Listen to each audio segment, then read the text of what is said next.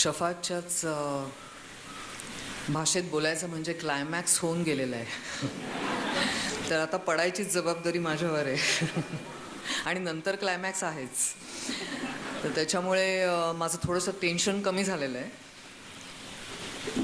मला उमजलेला पुरुष हे बोलत असताना दुसऱ्या एका कारणासाठी टेन्शन कमी झालं आहे, ते म्हणजे आजच्या कार्यक्रमामध्ये एकूण रंजन जे व्हायचं होतं ते सगळं शफातनीच निभावलेलं आहे. तर त्याच्यामुळे मला आता माझ्यावरती काही रंजनाची जबाबदारी नाही आहे.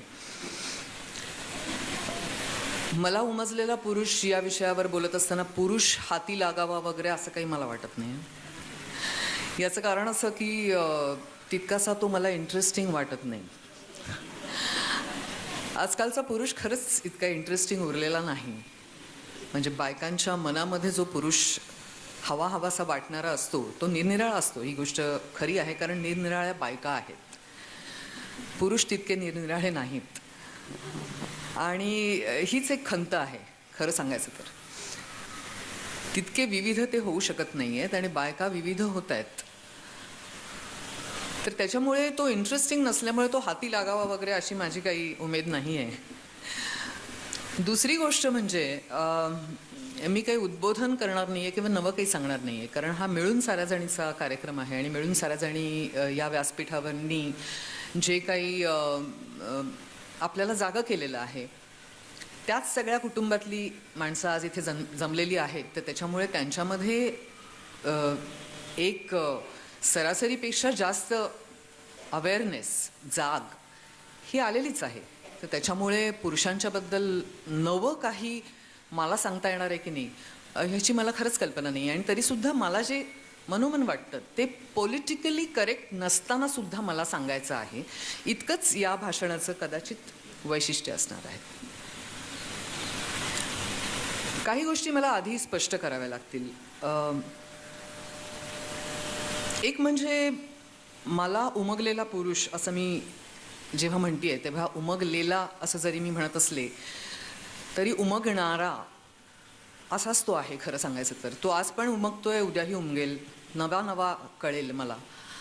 ही कदाचित माझं एक विशफुल थिंकिंग आहे. माझ्या मनातली एक आशा आहे की तो बदलेल, तो बदलत राहील आणि मला त्याचं नवं रूप उमगेल.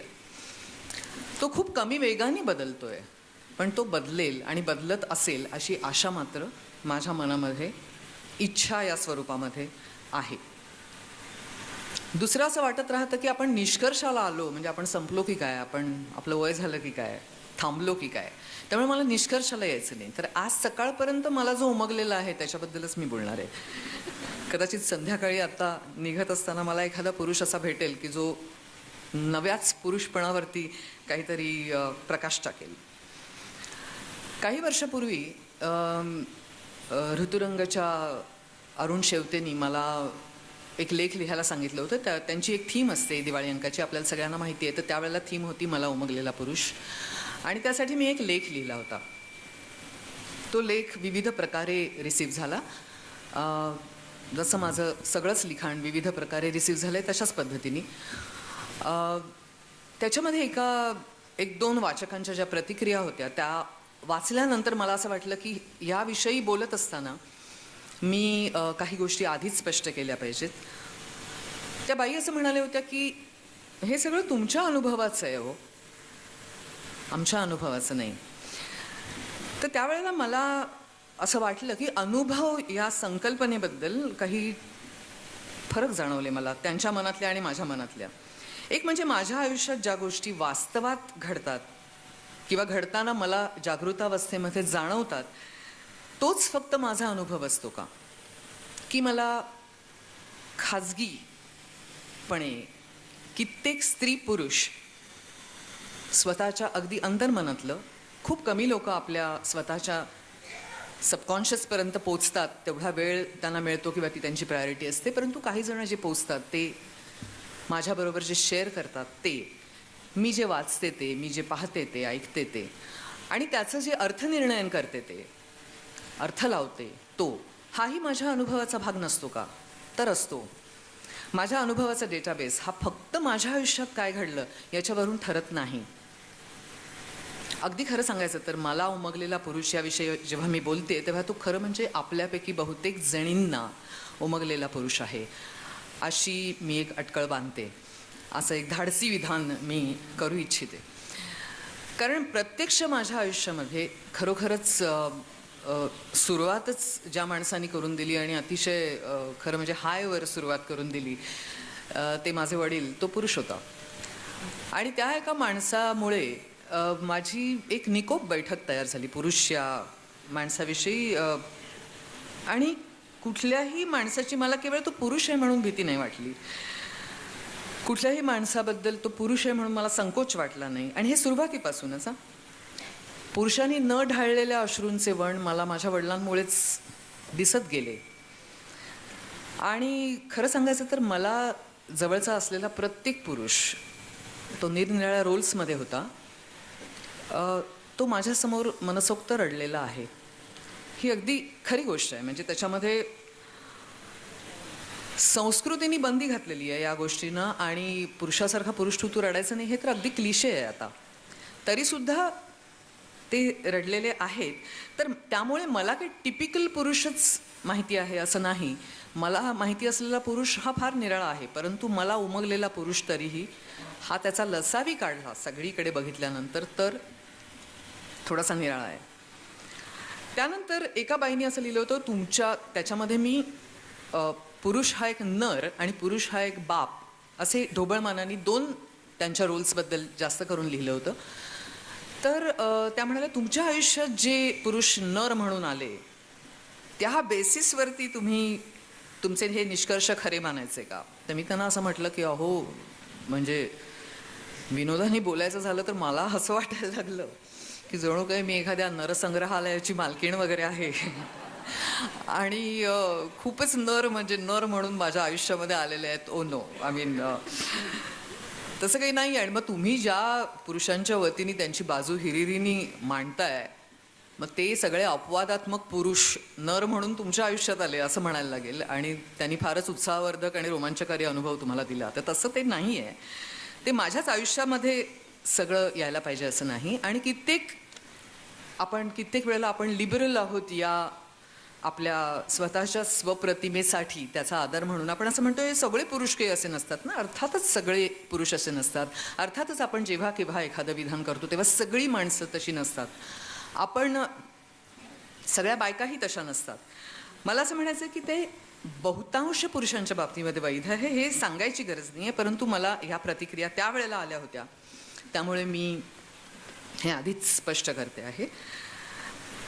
स्वतःशी एकटं असताना कुणीही बघत किंवा ऐकत नसताना आणि पॉलिटिकली करेक्ट असण्याचं कुठलंही सामाजिक, सांस्कृतिक किंवा कौटुंबिक बंधन तुमच्यावर नसताना अगदी प्रामाणिकपणे तुम्ही जेव्हा पुरुषांचा विचार करता त्यावेळी तुम्हाला पुरुषांविषयी काय वाटतं हे आणि हेच माझ्या दृष्टीने महत्त्वाचं आहे. आणि त्याविषयी मी थोडंसं बोलणार आहे. मी मनुष्यातल्या पुरुषांबद्दल बोलणार आहे, म्हणजे एकूण प्राणीसृष्टीतल्या पुरुष या प्रकाराबद्दल नाही. मनुष्यातला पुरुष हा जो आहे तो इतर प्राणीसृष्टीतल्या पुरुषांपेक्षा थोडासा असा वेगळा आहे की ते सगळेजण जे असतात ते प्री प्रोग्रॅम्ड असतात, आधीच ठरलेले असतात. आणि निसर्गाने जे ठरवलेलं आहे त्यांच्या बाबतीमध्ये त्याच्या फार पलीकडे ते जाऊ शकत नाहीत, ते जातच नाहीत. चॉईस हा मनुष्यातल्या पुरुषाला आहे. तर त्यामुळे तो प्री प्रोग्रॅम पण आहेच, तो आधीच ठरलेला पण आहेच. त्याचबरोबर तो चॉईसच्या रेल्ममध्ये काहीतरी गोंधळ घालतो आणि आपलं पॅकेज बरं करण्याच्या नादामध्ये कित्येकदा बिघडवताना दिसतो. मी नर जोडीदार आणि बाप या रोल्स विषयी जास्त करून बोलणार आहे. या बाबतीमध्ये माझ्या एका मित्राबरोबर झालेला संवाद मला आठवतो. बऱ्याच वेळेला काय होतं की मला मुलं नाही आहेत, त्याच्यामुळे बरेच जण माझ्याकडे लंगड्या गाईकडे बघावं तसं बघतात की अरे रे मुलं नाहीत असं. तो चॉईस असू शकतो असं अजूनही कोणी मानत नाही. ती एक मर्यादा किंवा ते एक अजूनही दुखणं म्हणूनच मानलं गेलं जातं. बाई असून मूल नाही, किती अपूर्ण आयुष्य आहे. म्हणजे माझी आत्यासुद्धा मला एकदा असं म्हणाली होती, तर मी म्हटलं तुला 3 मुलं आहेत, तुझं आयुष्य पूर्ण आहे असं तुला वाटतं का? त्याबरोबर ती जरा चपापली, ती म्हणाली नाही. मी म्हटलं एक्झॅक्टली, पूर्णत्व हे फक्त मुलांनी येतं असं काही नाही आहे. ह्या मुलं होण्याच्या गोष्टीवरनं मी त्याला एकदा माझ्या एका मित्राला मी एकदा सांगत होते की अरे असं एक माणूस म्हणाला की हो तुम्हाला मुलं नाहीत मग तुमचा टाइमपास कसा होतो. तर मी म्हटलं एकतर टाईम ही पास करण्याची गोष्ट नाही आहे, ती वापरायची गोष्ट आहे. आणि त्यांनी असंही विचारलं होतं तुम्ही टी व्ही बघत नाही मग काय करता तुम्ही म्हणजे असं. तर मी म्हटलं नाही आहे म्हणजे माणसाला विचार पण करता येतो स्वतःशी. तर मी म्हटलं मी खूप मजेत असते स्वतःबरोबर, तर तुम्ही काही चिंता करू नका मुलं त्यांनी. तर मी म्हटलं हे अशा पद्धतीने कित्येक माणसं दुसऱ्यांना आहेत म्हणून आणि म्हणजे म्हणजे टाइमपास बरा होईल पुढे वगैरे म्हणून मुलं जन्माला घालतात की काय. तर मी म्हटलं तुला मुलं आहेत तू काय जन्माला घातलीस. तर तो म्हणाला की मी तुला अगदी खरं सांगू का मी वंश सातत्य म्हणून मुलं जन्माला घातली. मला माझी गुणसूत्र माझ्या मार्फत ही पुढे जावीत असं वाटतं. एक जीनपूल हा माझा अमर व्हावा अशी माझी इच्छा आहे असं त्यांनी मला फ्रँकली सांगितलं. आणि त्याच्यामुळे मला मुलं व्हावीशी वाटतात. तर मी म्हटलं म्हणजे तुला हे जग वाटतं असं की त्याच्यात मुलं आणतो. नाही जग कसं आहे हा प्रश्न नाही. जग तुला आवडत नसेल तर ते तू बदल. त्याच्याशी मुलं होण्याचा काही संबंध नाही आहे. मुलं ही झालीच पाहिजेत आणि त्या दृष्टीने माझा जीनपूल हा पुढे गेला पाहिजे आणि हे माझं मत आहे. तर मी त्याला असं म्हटलं की ठीक आहे पण म्हणजे समजा तुझी बायको